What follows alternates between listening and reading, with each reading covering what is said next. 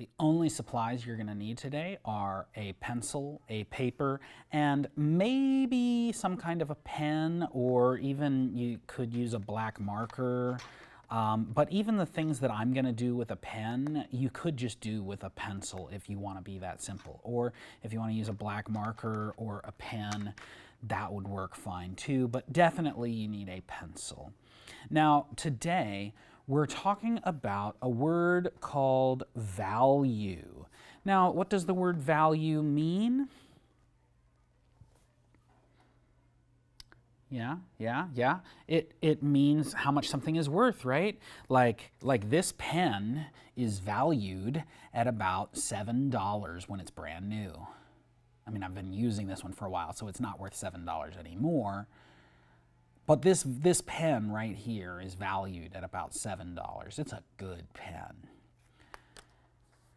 This pencil is valued at about 5 cents, 10 cents, something like that.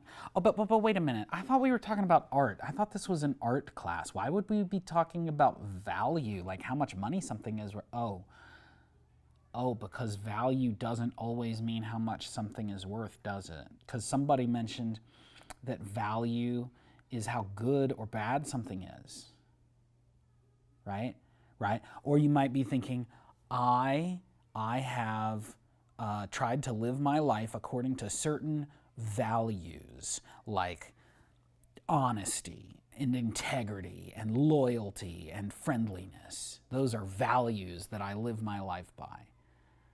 What does the word value mean? It means so many different things. Well, in art, the word value means how light or how dark is something. So for example, just as a starter here, that black ink, what kind of a value is that? It's really, really, really dark, right? It's black. It's black ink. It's like super, super dark. What value is the paper? It's the opposite. It's super, super, super light. Value is all about how light or how dark something is. And we're going to create a couple of value scales today.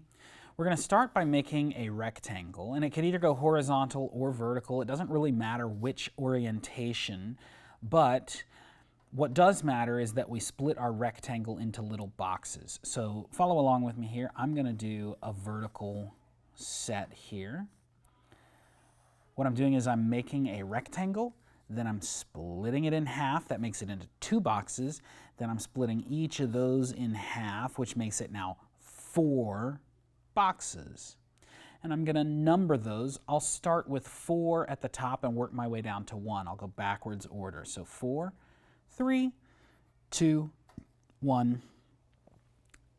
And now I'm going to make each one of those boxes have a different value. Now, you've been taught since kindergarten that you should hold your pencil like this, where you're holding it really close, pinching it with a couple of fingers, and this is great when you are writing, because when you're writing, you want really dark lines that are easy to see on a white paper. But if you want a really light value, this is not the best way to hold your paper, your pencil, okay? There are a lot of different ways to hold your pencil. Sometimes I keep the same grip, but I move my pencil further back. Sometimes I move my pencil further back, and instead of having my thumb on top, I pull my thumb underneath and then flip my hand. So the pencil is actually under my hand, and you see how it rests here kind of on the palm of my hand. And you see how sideways the pencil is when I hold it this way, right? When I grip it like a kindergarten grip, it's pointing straight down at the paper. But when I grip it like this, it's sideways, and my finger is on top of it. Sometimes I rest the pencil between 2 fingers, and I kind of cradle it in those and put my thumb on top of it.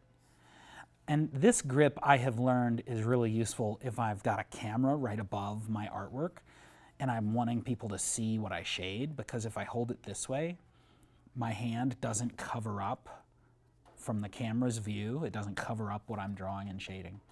The same is also true if you hold it this way. But anyway, there's a lot of different ways to hold your pencil. The important thing is that if you want a light value, we're going to start at number 1. If you want a light value, you want your pencil to be completely sideways and you just want to lay it down. You don't want to push down at all. You want it to be laying sideways on your paper and then just wiggle it. It will be very light. I am not pushing down on it at all. Notice I'm holding it way far back, almost all the way at the eraser. And because of that, I'm not pushing it down at all. And I'm just kind of wiggling it. And if I want, I can turn my paper so that my wiggles go the same direction as that line. But, you know, the point here is I'm just letting gravity do all the work. All I'm doing is wiggling the pencil while gravity pulls it down to the paper. I'm not pushing it down at all. That's a value of that's what I call a number 1 value, or a very light value. For number 2, we want a slightly darker value. We don't want to push down like we're a gorilla and get a super dark value. We want just a little bit darker. And this is where it's helpful to have a finger on top of your pencil, or, like I was showing from this grip, a thumb on top of your pencil, but some way to push down just a little bit. I don't want to be pointing the pencil down. I still want the pencil to be sideways on the paper. But I like to hold it like this, like I was mentioning before, with the eraser kind of resting on my palm and my finger on top. Or if I want my pencil to be sideways, then I hold it between 2 fingers and put my thumb on top, and I push down with my thumb. So you find a grip that's comfortable for you, some way to hold it. Sometimes I hold it, you know, sideways like this. Some way to hold it where it's sideways and you've got a finger on top of the pencil. But you're still wanting to hold it pretty far back, not close to the tip, because I don't want to push too hard. If I'm holding it close to the tip, I'm going to be pushing a lot harder. If I'm holding it farther away, I can't push much harder. So, holding it further back, at this point, I'm pushing down with this finger just a tiny bit, not much at all, just enough to make that a little bit darker than box number 1. Okay? And like I said, I could be holding it this way and pushing down with my thumb to get the same effect. I'm pushing down just ever so slightly. Or I could be holding it this way and pointing down, pushing down with my finger, and just pushing down ever so slightly. So just find whatever grip works for you to where your pencil is sideways on the paper and to where you are pushing, you know, with either a thumb or a finger, pushing down just ever so slightly. Notice that value is darker than box number 1 by quite a bit, but it's not super dark. Number 1 is a light gray, a light value. Number 2 is a medium value. It's still kind of light, but it's not like really light. Box number 3, we want it to be darker, darker than number 2.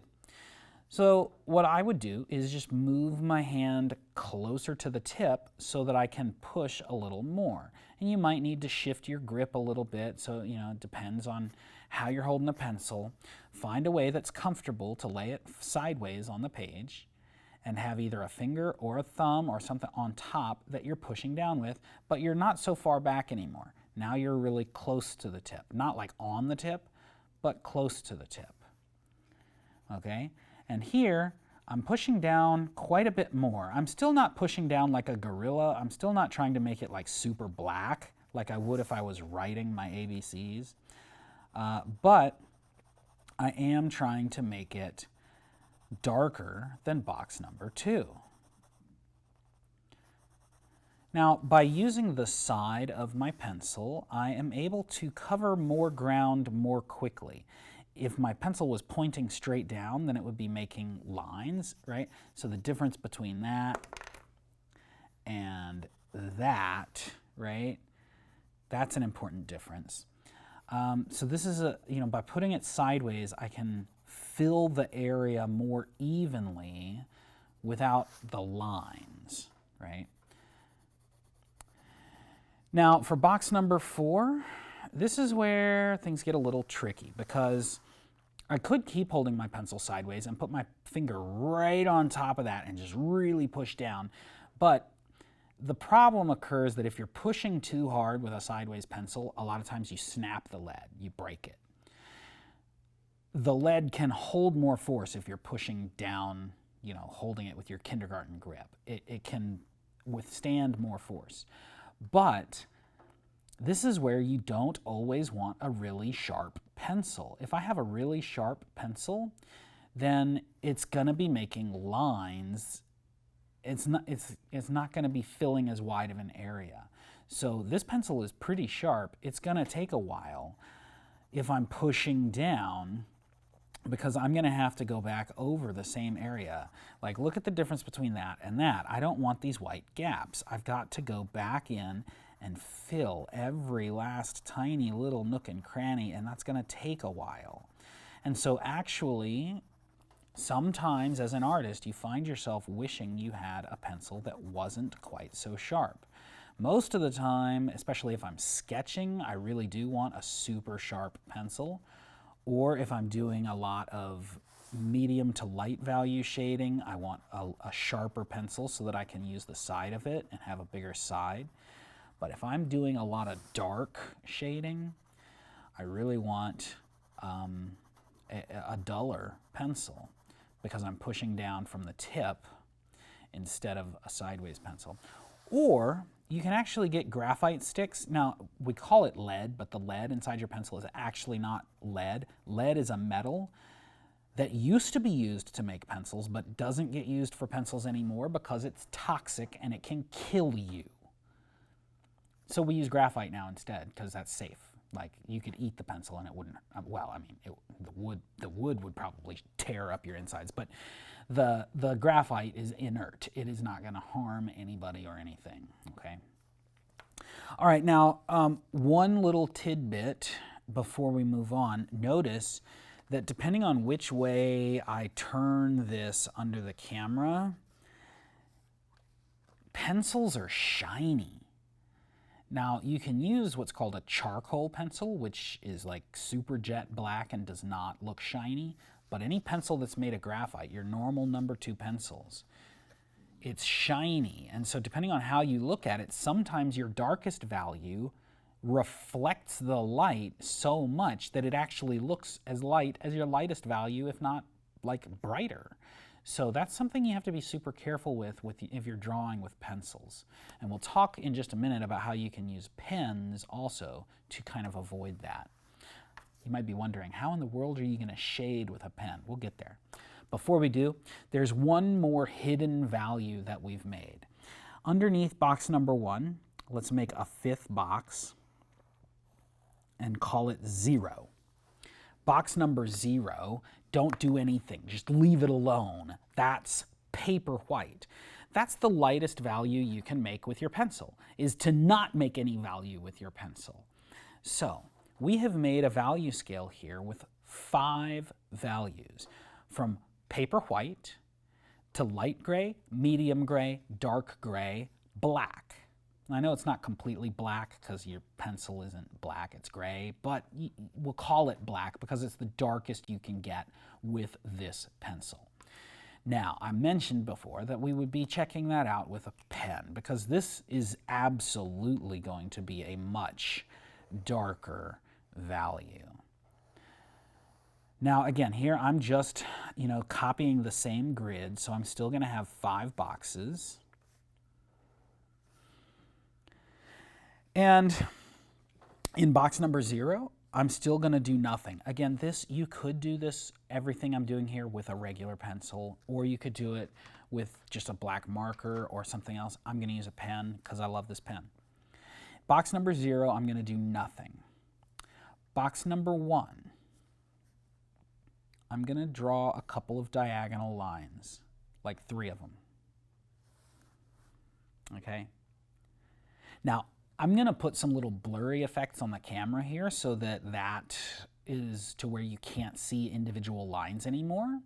And you'll notice that as I blur that, it just, those couple of lines make it just look a little bit darker. In fact, I'm also going to add a couple of lines that go the opposite direction, just one or two, okay? And again, when I blur that, that's kind of like if you were squinting your eyes. It makes it look like that area is just a little bit darker, right? Okay, box number 2. Okay, in box number 1, I had 3 lines going that way and 2 lines going that way. Box number 2, I'm gonna double it. I'm gonna have 6 going this way. 1, 2, 3, 4, 5, 6. And then I'll have maybe 4 or 5 or something going this way. 1, 2, 3, 4, 5. Okay. Now, before I blur it, just look and just analyze and see. In box number 1, there's a lot of white space. There's just a couple of lines. The lines are the dark space. In box number 2, there's less white space and more black. And if you just mix together that amount of black with that amount of white, it's going to be darker than that amount of black and that amount of white. And I can show you that by just blurring the screen here. And you'll see that this box number 2 appears darker than box number 1 because it has more lines in it. This is called cross-hatching. Hatching would be just lines in one direction. Cross-hatching means those lines cross each other. Box number 3, we're going to make even more lines. So here it was like 6 each direction. Here, I'm going to like double it again and make a whole freaking bunch. I'm even, I'm not even counting at this point. I'm just filling it with lines really close together. And already you can tell, even without blurring the camera at all, you can tell box number 3 is a lot darker than box number 2 because I've got so many more lines. Okay? Now, that's actually a really big jump. I probably shouldn't have made a jump that big. If I was really, really making a good value scale, I would probably have like 10 or 12 or even 20 different values. The jump here between box number 2 and box number 3 is a big jump. And I normally don't like to have a big jump like that. I like to have gradual, like a little bit darker, a little bit darker, a little bit, a little bit, a little bit darker. Here, that's like a lot darker than number 2. But I'm going to make another big jump because here in box number 4, I'm just going to completely fill this in with black ink. I'm just going to darken in the whole thing. And this is with the same pen. So it's not like I'm switching to a different material to make it darker. It's that the way I use my materials, right? If I was using a pencil, I could still just darken in completely versus having hatching or cross-hatching. And so these are different ways that you can make an area lighter or darker. And we're going to talk about a couple more options that you have in just a second. But before we do, I want to go back and reiterate one more time that this was all made with the same pen. The lines here are just as dark black as the dark black here. It's just there's less of it, right? And so your eyes, as you look at a picture, will sort of average that out, especially if you kind of squint your eyes or if you blur it by backing away from a picture.